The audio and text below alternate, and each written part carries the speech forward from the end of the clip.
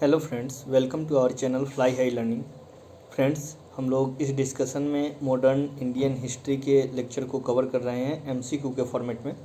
और इसमें मैंने जैसे कि आपको बताया कि चैप्टर वाइज हम लोग को एमसीक्यूज करेंगे और उससे रिलेटेड जो भी इम्पोर्टेंट एक्सप्लेनेशन होंगे उसके अंतर्गत हम लोग पूरे चैप्टर के कवर करेंगे। अभी हम लोग जो चैप्टर कर रहे हैं वो है advent of European company in India. ये चैप्टर फर्स्ट है, यानी भारत में यूरोपीय कंपनी का आगमन। और इसके अंतर्गत हमने जो पहला लेक्चर किया था modern Indian history lecture first के नाम से, तो उसमें हम लोगों ने 1 से लेकर के 10 तक क्वेश्चन को डिस्कस किया था। आज हम लोग इसमें 20 और क्वेश्चन को डिस्कस करेंगे, जिसमें एक्सप्लेनेशन भी आपको दिए जाएंगे, जो आपको नेट एग्ज़ाम, यूपीएससी एग्ज़ाम और जितने भी स्टेट पीसीएस एग्ज़ाम होते हैं और उसमें हिस्ट्री के क्वेश्चन आते हैं मॉडर्न इंडियन हिस्ट्री से रिलेटेड, उन सब के लिए ये आपको लाभदायी होगा। तो आइए अपना डिस्कशन स्टार्ट करते हैं। फर्स्ट क्वेश्चन है, who among the following was the first European company to India. पहली यूरोपियन कंपनी कौन सी थी जो इंडिया में आई थी? तो आपके ऑप्शंस हैं A Portuguese, B British, C French and D Dutch. तो राइट आंसर है ऑप्शन नंबर ए पुर्तगीज़। आपको पता है कि सबसे पहले पुर्तगीज आए थे, फिर डच आए थे, फिर इसके बाद में इंग्लिश आए थे और फिर फ्रांसीसी आए थे, ठीक है, और उसके बाद में डेनिश आए थे। तो एक बार इनके आने का टाइम पीरियड क्या है वो आप यहाँ पे चार्ट में देख सकते हैं। पुर्तगाली ईस्ट इंडिया कंपनी की जो स्थापना हुई थी वो 1498 में हुई थी और ये उसी समय एफ.डी. अल्मीडा जो गवर्नर होते हैं वो पहले इसके गवर्नर बनते हैं। और कालीकट के स्थान पर आपको पता है कि वास्को डी गामा पहली बार भारत आता है। डच ईस्ट इंडिया कंपनी की स्थापना 1602 में हुई थी, लेकिन डच लोग जो हैं वो ब्रिटिश ईस्ट इंडिया कंपनी से पहले भारत में आते हैं, ठीक है। डचों ने अपनी पहली फैक्ट्री मसूलीपट्टनम में स्थापित की और दूसरी फैक्ट्री पुलिकट में 1610 में, और मसूलीपट्टनम में इन्होंने अपनी पहली फैक्ट्री 1605 में इस्टेब्लिश की थी। और इसके जो पहले गवर्नर थे वो थे विडनिच ओ। इंग्लिश ईस्ट इंडिया कंपनी की जो इस्टेब्लिशमेंट हुई वो 1600 में हुई और इसने अपनी पहली फैक्ट्री सूरत में 1613 में इस्टेब्लिश की। सर थॉमस रो इस समय आने वाले भारत में पहले राजदूत थे। फिर डेनिश ईस्ट इंडिया कंपनी 1616 में इस्टेब्लिश हुई और सूतानती में इसने, सूतानती जो बंगाल में एक जगह है, तो वहाँ पर इन्होंने अपनी पहली फैक्ट्री स्थापित की। और कार्नेलियस डी हस्टमान जो पहले व्यक्ति थे डेनिश ईस्ट इंडिया कंपनी को, वो भारत आए थे। फिर फ्रेंच ईस्ट इंडिया कंपनी की स्थापना 1664 में होती है। सूरत में इन्होंने पहली फैक्ट्री इस्टेब्लिश की और कोलबर्ट मार्टिन इसके पहले गवर्नर थे, ठीक है। चलते हैं नेक्स्ट क्वेश्चन पे। Who among the following navigator helped Vasco da Gama to find his way from Africa to India. तो कौन सा नेविगेटर था जिसने वास्को डी गामा की मदद की थी अफ्रीका से इंडिया आने में? क्योंकि आपको पता है कि वास्को डी गामा सबसे पहले केप ऑफ गुड होप आता है और फिर वहाँ से अब्दुल मजीद नाम का एक व्यक्ति होता है, अरबियन व्यापारी होता है, उसने इसकी मदद की और जिसकी मदद से इंडिया को फाइंड करता है। तो आप यहाँ पे ऑप्शन नंबर सी यहाँ पे आपका राइट आंसर है, करेक्ट है। एक बार अब्दुल मजीद के बारे में देख लेते हैं। जो अहमद इब्न मजीद है या अब्दुल मजीद है, वो एक अरेबियन नेविगेटर और कार्टोग्राफर है, जिसका जन्म 1421 में ओमान में हुआ था। ये 17 साल की उम्र से ही नेविगेटिंग के काम में लगा हुआ था और इसे फर्स्ट अरेबियन सीमैन या को कहा जाता है। और अब्दुल मजीद जो प्रोबेबली 1500 ईस्वी के आसपास इसकी डेड हो गई, ये वेस्ट नेविगेटर के रूप में जाना जाता है जिसने वास्को डी गामा को अफ्रीका से भारत का रास्ता दिखाया था। थर्ड क्वेश्चन है, which of the following Portuguese governor in India who introduced the policy of imperialism. तो कौन सा पुर्तगीज गवर्नर था जिसने भारत में पॉलिसी ऑफ इम्पेरियलिज्म यानी साम्राज्यवाद की नीति को इंट्रोड्यूस करता है? आपके ऑप्शन है A Francisco de Almeida, B John Mildenhall, C Gerald Aungier and D Afonso de Albuquerque.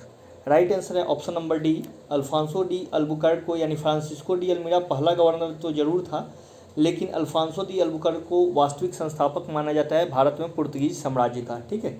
कौन कौन से हुए हैं? तो सबसे पहले फ्रांसिस्को डी अल्मीड़ा है, यहाँ पर आप देखिए सबसे पहले फ्रांसिस्को डी अल्मीड़ा है, जिसका टाइम पीरियड है 1505 से लेकर 1509 तक, और इसने ब्लू वाटर पॉलिसी यानी नीले समुद्र नीति का सूत्रधार था ये। इसको आप याद रखिए कि ब्लू वाटर पॉलिसी जो है वो किसकी, इसका फाउंडर कौन था? वो था Francisco de Almeida. Afonso de Albuquerque का टाइम पीरियड है 1509 टू 1515, और इसने जो आदिल शाही डायनेस्टी थी, तो आदिल शाही डायनेस्टी से बीजापुर को छीन कर, मतलब बीजापुर की जो आदिल शाही डायनेस्टी थी उसके सुल्तान से गोवा को जीत लिया 1510 में।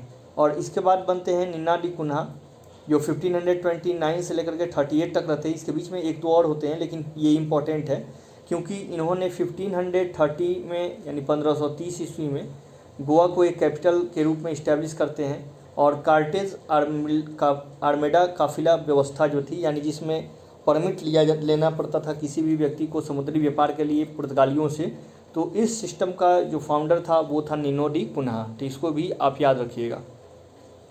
फोर्थ क्वेश्चन है, who among the following British explorer and adventure and one of the first to make an overland land journey to India.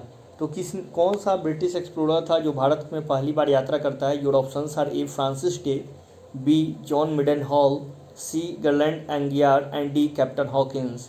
Right answer है जॉन मिडन हॉल। ठीक है, इसके बाद है in which place the first factory of East India Company was build. तो EIC यानी East India Company की पहली फैक्ट्री कहाँ पे इस्टेब्लिश होती है? Your options are A Masulipatnam, B Nagapattinam, C Surat and D Bombay. तो राइट आंसर है इसका ऑप्शन नंबर सी, सूरत। ठीक है, यहाँ पर आप देख सकते हैं कि यहाँ पर आप देखिए ये 1611 में मसूलीपट्टनम में इन्होंने कोशिश की थी, लेकिन वो फेल हो गया था, और इसीलिए 1613 में ये लोग जब इस्टेब्लिश करते हैं पहली कोठी, तो वो सूरत में इस्टेब्लिश करते हैं। तो ये आप याद रखिएगा। ठीक है, यहाँ पे आप कंफ्यूज हो सकते हैं। तो पहली फैक्ट्री व्यापारिक फैक्ट्री जो थी ईस्ट इंडिया कंपनी की, तो वो सूरत में थी। तो पुर्तगाल ने पहली फैक्ट्री इस्टेब्लिश की थी 1503 में कोचीन में। डचों ने मसूलीपट्टनम में पहली और पुलिकट में दूसरी फैक्ट्री इस्टेब्लिश की, जिसका जो रेस्पेक्टिवली ईयर था वो था 1605 एंड 1610। जो इंग्लिश ईस्ट इंडिया कंपनी थी, इसने मसूलीपट्टनम में 1611 में प्रयास तो किया था, लेकिन वो इस्टेब्लिश नहीं कर पाए, और सूरत में इन्होंने पहला सफल प्रयास किया जो 1613 में इस्टेब्लिश हुई। फिर डेनिश ईस्ट इंडिया कंपनी होती है जो त्रावणकोर में 1620 में अपना फैक्ट्री इस्टेब्लिश करती है, लेकिन ये लोग जम नहीं पाते हैं वहाँ पे, अपना फैक्ट्री को इस्टेब्लिश नहीं कर पाते हैं अच्छे से, और बाद में ये जो है अपनी फैक्ट्री को बेच देते हैं ब्रिटिश ईस्ट इंडिया कंपनी के हाथों। फिर फ्रांसिस ईस्ट इंडिया कंपनी है जिसने 1668 में सूरत में अपनी पहली फैक्ट्री इस्टेब्लिश की। तो इसको आप याद रखिएगा। यहाँ पर आप देख सकते हैं एक्सपेंशन में कि कहाँ से किसने अपनी पहली फैक्ट्री कहाँ पे इस्टेब्लिश की थी। तो ये वाला जो साइन है वो है ब्रिटेन का। यहाँ पर आप देख सकते हैं 1612 में सूरत में इस्टेब्लिश किया गया था, और फिर इसके बाद में मसूलीपट्टनम, यहाँ पर है नेगापट्टनम, मद्रास में 1639 में। फिर उसके बाद में ये जो साइन है ये पुर्तगीज़ का है। ठीक है, ये जो साइन है वो फ्रेंच सेटलमेंट है, और इसके बाद में ये जो साइन है वो ब्रिटेन का है। तो इसको आप ध्यान से देख लीजिएगा कि कब कहाँ पे कौन सी फैक्ट्री इस्टेब्लिश हुई थी, और क्या वो जो मैंने आपको अभी बताया वो मैच कर रहा है कि नहीं। तो जैसे यहाँ पर आप देख सकते हैं कि डच ईस्ट इंडिया कंपनी ने 1616 में इस्टेब्लिश की थी, यहाँ पे प्लस साइन नहीं बना हुआ है, यानी ब्रिटेन का नहीं बना हुआ है। तो ब्रिटेन में इस्टेब्लिश करने की कोशिश की, लेकिन वो इस्टेब्लिश नहीं कर पाए थे, और 1612-13 में सूरत में इन्होंने पहली फैक्ट्री इस्टेब्लिश की थी। ठीक है, तो I hope you got clarity. बाकी आप इस मैप को आराम से देखिएगा, और कुछ अगर आपको नोट डाउन करने हो तो वो भी आप कर सकते हैं स्क्रीनशॉट लेकर। चलते हैं नेक्स्ट क्वेश्चन पे। Who among the following European force to sell all other settlement in India to the British. तो भारत में वो कौन सी ब्रिटिश यूरोपियन कंपनीज थी जिसने अपने सारे सेटलमेंट को ब्रिटिश ईस्ट इंडिया कंपनी के हाथों सेल कर दिया। तो अभी मैंने आपको बताया वो डेनिश ईस्ट इंडिया कंपनी थी। तो राइट आंसर है ऑप्शन नंबर सी। देख सकते हैं यहाँ पर डेनिश ईस्ट इंडिया कंपनी ने 1616 में वो भारत आती है, और इसके बाद ये लोग इस्टेब्लिश करते हैं ट्रावणकोर यानी तमिलनाडु के ट्रावणकोर में 1612 में, और श्रीरामपुर बंगाल में 1676 में। लेकिन ये अपने किलों को मजबूत नहीं कर पाते हैं, जिसके कारण ये अपनी सारी फैक्ट्री और सेटलमेंट को ब्रिटिश ईस्ट इंडिया कंपनी के हाथों सेल करते हैं और आफ्टर डैट ये यहाँ से चले जाते हैं। सेवेंथ क्वेश्चन है, among the following obtain the site of Madras from the Raja of Chandragiri. तो चंद्रगिरी के राजा से किसने मद्रास के साइट को परचेज किया था, यानी खरीदा था या लीज पे लिया था? Your options are A Francis Day, B John Mildenhall, C Gerald Aungier and D Captain Hawkins. Right answer है option number A Francis Day. तो फ्रांसिस डे ने मद्रास के जो मद्रास में चंद्रगिरी के राजा थे उनसे इन्होंने मद्रास को लीज पे लिया था 1639 में, और वहाँ पे एक फोर्ट सेंट जॉर्ज नाम का एक किला बनाया था। ठीक है, तो इसको आप याद रखिएगा। 8th क्वेश्चन है, the final defeat of the Maratha confederacy came during the time of. तो मराठा कन्फेडरेसी का शासन कब खत्म होता है फाइनली? तो your options are A Wellesley, B Minto, C Hastings and D Cornwallis. तो वेलेजली का टाइम पीरियड है 1799, मिंटो लॉर्ड मिंटो जो है वो 1809 के आसपास है, और ये मार्ले मिंटो दूसरे हैं, उसको आप ध्यान रखिएगा। फिर हेस्टिंग्स का टाइम पीरियड है, फिर कॉर्नवालिस है, लॉर्ड कॉर्नवालिस। तो ये हेस्टिंग्स के टाइम पीरियड में होता है, क्योंकि आपको पता है कि हेस्टिंग्स ने कर्नल स्लीमैन की नियुक्ति की थी, जो मराठा में पिंडारी जो सैनिक होते थे उनके दमन के लिए। ठीक है, तो कर्नल स्लीमैन को आप याद रखिएगा, तो जिसको हेस्टिंग्स ने नियुक्त किया था पिंडारियों के दमन के लिए, एक्सेशन के लिए। तो राइट आंसर है option number C Hastings. Let's move next question. 9th question है, in Bengal the headquarter of East India Company was located at. Bengal में ईस्ट इंडिया कंपनी का जो लोकेशन था, वो फैक्ट्री थी, वो कहाँ पे इस्टेब्लिश थी? Your options are A Fort Saint David, ये मद्रास में था, बी फोर्ट विलियम, ये कलकत्ता में था, and C Fort Saint George, ये फोर्ट सेंट डेविड को ही कहा जाता था, and D none of the above. Right answer है आपका option number D Fort William.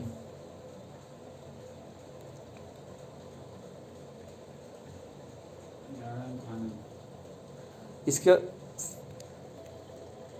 तो फ्रांसिस डे जिन्होंने 1639 में जो एक अधिकारी थे, अंग्रेज अधिकारी थे फ्रांसिस डे, तो इन्होंने चंद्रगिरी के राजा से मद्रास को पट्टे पर लिया, जिसका मैंने जिक्र अभी आपसे थोड़ी देर पहले किया था। वहाँ पर इन्होंने फोर्ट सेंट जॉर्ज या फोर्ट सेंट डेविड किले बंद एक कोठी इस्टेब्लिश की थी। तो याद रखिएगा ये दोनों जो नाम है ये सेम ही है, फोर्ट विलियम बंगाल में था। 10th क्वेश्चन है, which Indian king request Napoleon for help to drive the British from India. तो भारत के वो कौन से सुल्तान थे या किंग थे जिन्होंने नेपोलियन से रिक्वेस्ट किया था कि वो ब्रिटिश साम्राज्य का अंत करें इंडिया में? योर ऑप्शंस आर ए झांसी की रानी, बी जय सिंह, सी शिवाजी एंड डी टीपू सुल्तान। तो हम सब जानते हैं कि टीपू सुल्तान ने जैकोबियन क्लब को इस्टेब्लिश किया था, और जैकोबियन क्लब फ्रांसीसी क्रांति से प्रेरित था, जिसको टीपू सुल्तान इसके फाउंडर थे। ठीक है, एक बार आंग्ल मैसूर युद्ध के बारे में हम लोग डिटेल में देख लेते हैं, जो आपसे एग्जाम में पूछा जाता है। तो फर्स्ट आंग्ल मैसूर युद्ध हुआ था 1767 से लेकर के 69 तक। हैदर अली इस समय शासक था, और ब्रिटिश गवर्नर जो थे वो थे लॉर्ड वेरेलस्ट। ये युद्ध जो बेसिकली हुआ था वो अंग्रेज़ों की एग्रेसिव पॉलिसी के कारण हुआ था। ये अंग्रेज़ों ने पहले इस पर आक्रमण किया था। बाद में ये 1769 में मद्रास की ट्रीटी होती है, जिसके द्वारा इस युद्ध को ख़त्म किया जाता है। और इसमें विशेष बात यह थी कि दक्षिण भारत का प्रथम शासक था जो अंग्रेज से पराजित नहीं हुआ था, तो हैदर अली इस युद्ध में पराजित नहीं हुआ था। सेकेंड आंग्ल मैसूर युद्ध जो था वो 1780 से लेकर के 84 तक हुआ, जिसमें हैदर अली की मृत्यु हो जाती है, और वारेन हेस्टिंग्स इस समय गवर्नर होते हैं। और ये बेसिकली इसलिए होता है कि माहे जो होता है वो फ्रांसीसी एक उपनिवेश होता है, यानी फ्रांस का इस पर अधिकार होता है, और माहे मैसूर के अंतर्गत आता है। लेकिन ब्रिटेन के अधिकारी जो हैं वो ब्रिटिश अधिकारी इस पर कब्जा करना चाहते हैं, तो इसी कारण ये युद्ध होता है, और फाइनली ये युद्ध बंद होता है 1784 में मैंगलोर की ट्रीटी के द्वारा, जिसमें हैदर अली की मृत्यु हो जाती है, और टीपू सुल्तान युद्ध को नेतृत्व प्रोवाइड कराता है, लीड करता है। थर्ड आंग्ल मैसूर युद्ध 1790 से लेकर के 92 तक होता है टीपू सुल्तान के नेतृत्व में, एंड लॉर्ड कॉर्नवालिस जो है वो इस समय गवर्नर होते हैं। ये युद्ध बेसिकली होता है ट्रावनकोर पर आक्रमण को लेकर के, और फाइनल ये कंक्लूड होता है श्रीरंगपट्टनम की संधि के साथ। इस युद्ध में बेसिकली ये हुआ था कि युद्ध के हर्जाना के रूप में टीपू को बोला गया कि आप 50 करोड़ रुपया दीजिए, और जब तक आप रुपया नहीं देंगे तब तक आपके दोनों बेटे जो होंगे वो मेरे कब्जे में होंगे। ठीक है, टीपू सुल्तान की स्थिति इसमें फाइनली होती है, वो वीक हो जाती है। एंड फोर्थ अंगल मैसूर युद्ध वेलेस्ली के समय में होती है 1799 में, और ये इसमें टीपू सुल्तान की मृत्यु हो जाती है। और मैसूर जो होता है वो सहायक संधि के अंतर्गत ब्रिटिश साम्राज्य में मिला लिया जाता है, और वाडियार वंश की इस्टेब्लिश किया जाता है फिर से, ठीक है। वाडियार वंश के संस्थापक जो थे वो कृष्णदेव राय थे, तो उसी के इमोशन के रूप में, मतलब ये इमोशनली टच फीलिंग के लिए वाडियार वंश के शासक को नियुक्त किया जाता है, जो छोटा सा बच्चा होता है। तो I hope you got clarity. चलते हैं नेक्स्ट क्वेश्चन पे। Who succeeded Sirajuddaulah nawab of Bengal after the battle of Plassey. तो प्लासी के युद्ध के बाद कौन जो है बंगाल का नवाब बनता है? Your options are A Alivardi Khan, B Mir Jafar, C Mohammad Mir Qasim and C Shujauddaula. तो मैंने आपको बताया था कि 23 जून 1757 को प्लासी का वार होता है, और इस युद्ध में जो नवाब के सहयोगी होते हैं, यानी सहयोगी क्या कहेंगे उनको, वो लोग विरोधी ही होते हैं बेसिकली, लेकिन दरबार में रहते हैं, जैसे सुरजन राय, राय दुर्लभ, ये सब, उसका मीर जाफ़र, ये सारे लोग मिलकर के षड्यंत्र करते हैं। और एक अंग्रेज़ों की 3000 की सेना होती है, और सम्राट की लगभग 1 लाख के आसपास की सेना होती है। और प्लासी में नाडिया नदी के किनारे प्लासी नामक स्थान पर ये वॉर होता है, जिसमें 3000 के सेना के सामने जो है 1 लाख की सेना जो है वो सरेंडर बोल देती है। वो बेसिकली इसलिए होता है क्योंकि मीर जाफर उस समय सेनापति था, और इसने जो सुजाउद्दौला था उसके साथ विश्वासघात करता है। तो सिराजुद्दौला के साथ विश्वासघात करता है और युद्ध हार जाता है। सिराजुद्दौला की मृत्यु हो जाती है।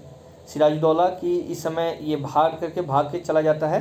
ये अवध के नवाब जो थे सुजाउद्दौला, और उसके यहाँ इनकी रास्ते में जो मीर जाफ़र का बेटा रहता है मीरन, तो जब ये भाग रहे होते हैं तो मीरन ने इनकी हत्या कर दी, ठीक है, या इनको मार दिया। तो फाइनली कंक्लूड क्या हुआ कि 23 जून 1757 के युद्ध में 2-3-4 घंटे तक ये युद्ध चला था, और इसमें सिराजुद्दौला की मृत्यु हो जाती है। इसके जो सेनापति थे मीर जाफ़र, इसके कारण इसके बेटे ने इसको मार दिया। और फाइनली क्योंकि अंग्रेज़ों ने आश्वासन दिया था कि जब वो युद्ध जीत जाएंगे तो मीर जाफ़र को सेना, मतलब कि वहाँ का सुल्तान नियुक्त करेंगे। तो कौन बनता है सुल्तान? मीर जाफ़र ऑब्वियस सी बात है, मीर जाफ़र बनता है। इस समय तक कौन कौन से थे, तो एक बार आप देख लीजिए बंगाल के सुल्तान कौन कौन से बने हैं या नवाब। तो पहला था मुर्शीद कुली खां 1717 से लेकर के 27 तक। अलीवर्दी खां आफ्टर डैट 1740 से 1750 तक। सिराजुद्दौला 1750 से 1757 तक जब प्लासी का युद्ध होता है। और फिर मीर जाफ़र, और आफ्टर डैट मीर कासिम। अंग्रेज़ों की मीर जाफ़र से भी नहीं बनती है, तो उसके बाद उन्होंने इसके दामाद मीर कासिम को बनाया। फिर मीर कासिम से भी इसकी नहीं बनती है, तो इसी के समय में जो होता है बक्सर का वॉर होता है, ठीक है। तो इसको आप याद रखिएगा। 12 क्वेश्चन है, when the east India company came into existence England was ruled by. तो ईस्ट इंडिया कंपनी आपको पता है कि 1602 में इस्टेब्लिश होती है, 1600 में इस्टेब्लिश होती है, सॉरी। और एलिजाबेथ जो फर्स्ट होती हैं वो इस समय शासिका होती हैं। तो वो किस डायनेस्टी के थी या इंग्लैंड पे उसमें कौन रूल कर रहा था? Your options are A Hanoverians, B Stuarts, C Normans and D Tudors. Right answer option number C Normans, ठीक है। 13 क्वेश्चन है, which of the following statement about Haidar Ali is correct. Haidar Ali के बारे में कौन सा स्टेटमेंट करेक्ट है? फर्स्ट स्टेटमेंट है he won the first Anglo Mysore war. Second है he was defeated a Porto Novo in 1781 by Lord Warren Hastings. तो ये जो है गलत है, क्योंकि इसमें वो खुद वॉरेन हेस्टिंग्स को पराजित करता है। He was a man of great determination. And D he made a collision with Nizam and Maratha against the English in the second Anglo Mysore war. तो सेकेंड एंग्लो मैसूर वॉर में वो जो है मराठा निजाम और मराठों के साथ एक संधि करता है कि वो इनका साथ दे, और इसके बाद में तब सेकेंड एंग्लो मैसूर वॉर होता है। तो ये राइट स्टेटमेंट है, ऑप्शन नंबर डी जो है वो करेक्ट है। फिर आपको पता होगा कि थर्ड एंग्लो मैसूर वॉर में ये लोग जो है निजाम और मराठे जो थे वो ब्रिटिश के साथ हो गए थे, और फोर्थ में फिर टीपू के साथ हो गए थे। क्वेश्चन नंबर 14 है, the Indian textile which were used by Dutch in the African slave trade war. तो अफ्रीकन स्लेव ट्रेड में डच जो थे वो किस कपड़े का व्यापार करते थे? Your options are A plain white textile, B plain dyed textile, C chintz and embroidered textile and D silk piece goods. Right answer है आपका option number B plain dyed textile, ठीक है। 15 क्वेश्चन है, the first Anglo Burmese war conclude by a treaty which one of the among the following. तो first Anglo Burmese war किस treaty के द्वारा संपन्न हुआ था? Your options are A treaty of Burma, B treaty of Tamu, C treaty of Banamo and D treaty of Yandabo. Right answer option number D treaty of Yandabo. तो जो first Anglo वर्मीज war था वो यांडबू की treaty के द्वारा जो होता है पीस ट्रीटी थी, ये इस्टेब्लिश होता है। एंड बेसिकली ये ट्रीटी साइन होता है 24 फरवरी 1826 को, और युद्ध जो ब्रोकआउट होता है वो टाइम पीरियड होता है 1824, यानी 2 साल तक ये युद्ध चलता है। जो जनरल सर आर्चिनबल्ड कैंपबेल थे वो ब्रिटिश साइड से थे, जबकि जो बर्मा के साइड से थे वो उनका नाम था महामिन हलाक्याउन हटीन। ठीक है, तो ये इतना इंपॉर्टेंट नहीं है, सिर्फ आप याद रखिएगा कैंपबेल उस समय गवर्नर था। और ब्रिटिश आर्मी यांडबू विलेज जो ओनली 50 माइल्स या 80 किलोमीटर है बर्मा की डिस्ट्रिक्ट से, तो वहाँ पे आके ये वॉर कंक्लूड होता है और यांडबू की संधि होती है। क्या थी इस संधि में? तो 5 इंपॉर्टेंट बातें थी। जो ब्रिटिश जो थे उन्होंने सीड कर लिया Assam, Manipur and Rakhine land को। इसके बाद में और जितने भी चांचर और जैंतिया हिल डिस्ट्रिक्ट था वो सारे सीज कर लिए गए। इंटीमिटी के रूप में 1 मिलियन पाउंड स्टर्लिंग देना था बर्मी के गवर्नमेंट को। चलते हैं नेक्स्ट क्वेश्चन पे। 16 क्वेश्चन है, which of one of the following was fought earliest. तो कौन सा बैटल जो था वो पहले लड़ा गया? Your options are A battle of Ambur, B battle of Buxar, C battle of Plassey and D battle of Wandiwash. Right answer है बैटल ऑफ एम्बूर। मैं आपको एक बार ब्रीफ में बता देता हूँ कि बैटल ऑफ एम्बूर जो था वो सेकेंड एंग्लो कर्नाटक वॉर के समय लड़ा गया था। बैटल ऑफ बक्सर आपको पता है कि 1764-5 में लड़ा गया था, एंड बैटल ऑफ प्लासी 1757 में, और वांडियावास 1760 में लड़ा गया था। तो राइट आंसर है ऑप्शन नंबर ए। एक बार डिटेल में यहाँ पर आप देख लीजिए कि बैटल ऑफ एम्बूर जो था वो फर्स्ट मेजर बैटल था सेकेंड कर्नाटक वॉर का। मैंने आपको बताया था कि सेकेंड कर्नाटक वॉर में एक तरफ डुप्ले था और दूसरी तरफ ब्रिटिश थे। तो डुप्ले बंगाल के उस समय कर्नाटक में नवाब पद के लिए, और जो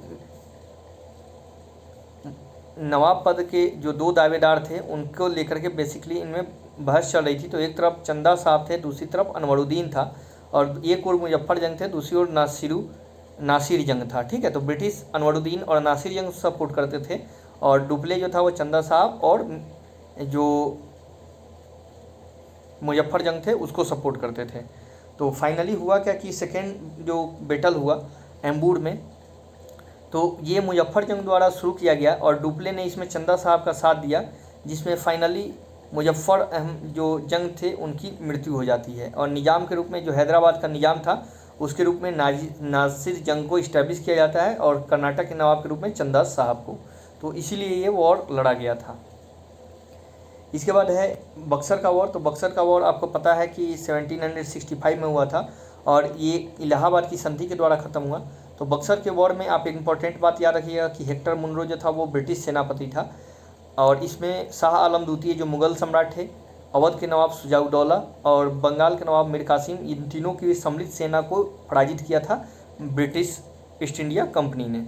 जो इम्पोर्टेंट फैक्ट है इलाहाबाद संधि की, वो 2 बातें हैं कि ये संधि 2 बार होती है। एक इलाहाबाद की प्रथम संधि 12 अगस्त 1765 को, यह मुग़ल सम्राट शाह आलम द्वितीय और अंग्रेज़ों के बीच में होता है, यानी बिटवीन ब्रिटिश एंड मुग़ल सम्राट शाह आलम द्वितीय। इसमें हुआ क्या, 12 अगस्त को एक ऑर्डिनेंस पारित होता है जिसमें कहा जाता है कि बंगाल, बिहार एंड उड़ीसा की जो दीवानी है, या जो मतलब कि टैक्स वसूलने की जो शक्ति है वो कंपनी को दे दी गई मुग़ल सम्राट की तरफ से। इसके बदले में सम्राट जो थे मुग़ल सम्राट, इनको कड़ा और इलाहाबाद के जो डिस्ट्रिक्ट थे वो दे दिए गए, और मुग़ल सम्राट को कहा गया कि आप मस्ट इंजॉय कीजिए, पेंशन लीजिए, और ब्रिटिश साम्राज्य में आप दखलंदाजी मत कीजिए। 26 लाख रुपए इनके लिए पेंशन की व्यवस्था की गई, और ये 26 लाख रुपए कौन देगा? ये अवध का नवाब शुजा-उद-दौला देगा। ठीक है, दूसरी संधि 1765 को क्लाइव और अवध के नवाब शुजा-उद-दौला के बीच में होती है, जिसमें अवध से कड़ा और इलाहाबाद का क्षेत्र वापस ले लिया गया, और कंपनी को 50 लाख रुपए अवध से प्राप्त हुए। ठीक है, इसके बाद है थर्ड कर्नाटक वॉर। तो थर्ड कर्नाटक वॉर जो था वो क्लाइव और वॉटसन के बीच में हुआ था चंद्रनगर पर अधिकार को लेकर के, और वांडियावास नामक स्थान पर इसके लिए 1760 में एक निर्णायक लड़ाई हुई, जिसमें ब्रिटिश सेना का नेतृत्व कर रहे थे आयरकूट, और जो फ्रांसीसी सेना थी उसका नेतृत्व कर रहे थे कैप्टन डी लाली। ये सप्तवर्षीय युद्ध के साथ, जब ब्रिटेन में सप्तवर्षीय युद्ध खत्म होता है ब्रिटेन फ्रांस के बीच में, तो उसी के साथ ये पेरिस की संधि होती है, और 1763 में ये युद्ध भी खत्म हो जाता है। ठीक है, तो इसको आप याद रखिएगा। 17 क्वेश्चन है, who among the following was the first Muslim military commander who annexed Bihar and Bengal by overthrowing the Sen dynasty. Sen dynasty को खत्म करने वाला कौन सा पहला मुस्लिम मिलिट्री कमांडर था? Your options are A Mahmud Gawan, B Bakhtiyar Khilji, C Adil Shahi and D Shams uddin. Right answer ये बख्तियार खिलजी, और इसी ने नालंदा विश्वविद्यालय को जला दिया था। उसके पुस्तकालय की 13,000 से ऊपर की पुस्तकें जो थी उसको ध्वस्त कर दिया था और नालंदा विश्वविद्यालय को लूटा था। ठीक है। 18 क्वेश्चन है, the English governor in India who was expelled by Aurangzeb. कौन सा इंग्लिश गवर्नर था जो औरंगजेब के द्वारा जो है उसको बाहर कर दिया गया था भारत से? Your options are Aungier, B sir John Child, C sir John Gayer and D sir Nicholas Waite. Right answer है option number B sir John Child. इसको औरंगजेब ने एक बार क्या हुआ कि इन्होंने बंगाल पर अधिकार कर लिया, और औरंगजेब के समय में चूँकि बंगाल जो था वो औरंगजेब के सबऑर्डिनेट था। जब इसने अधिकार किया तो इनको औरंगजेब ने पराजित किया, और उसको तभी वो माना व्यापार के लिए कि उसने कहा कि सर जॉन चाइल्ड जो है उनको आजीवन मतलब कि पूरे भारत से बाहर रहना पड़ेगा। ठीक है, तो वही बात यहाँ पे लिखी हुई है, आप पढ़ लीजिएगा। 19 क्वेश्चन है, the main English export from Bengal were. तो इंग्लिश जो थे कौन सी चीज़ों को बंगाल से एक्सपोर्ट करते थे? Your options are A saltpetre, B silk and cotton, C both A and B and D indigo. Right answer है आपका ऑप्शन नंबर सी, यानी both A and B, saltpetre, silk and cotton. Patna का salt जो था वो बहुत famous था, तो वो भी बंगाल प्रोविंस में ही आता था। उसके बाद भागलपुर का सिल्क और कॉटन इंपॉर्टेंट था, वो भी बंगाल प्रोविंस में था, तो ये इंपॉर्टेंट है। 20 क्वेश्चन है, Job Charnock founded Calcutta at the site of. तो जॉब चोरनक जो है कौन से साइट को मिला करके कलकत्ता को इस्टेब्लिश किया था? Your options are A Sutanuti, B Kalikata, C Govindpur and D all of the above. Right answer all of the above. तीनों को मिला करके जॉब चोरनक ने कलकत्ता के साइट को इस्टेब्लिश किया था। तो ये था फ्रेंड्स आज का last question. I hope you got clarity regarding all this questions and you also enjoy this video and this is also beneficial for you. Please do like, comment, share and subscribe the channel. Thanks for watching and thanks for discussion. Bye, have a nice day. Thank you.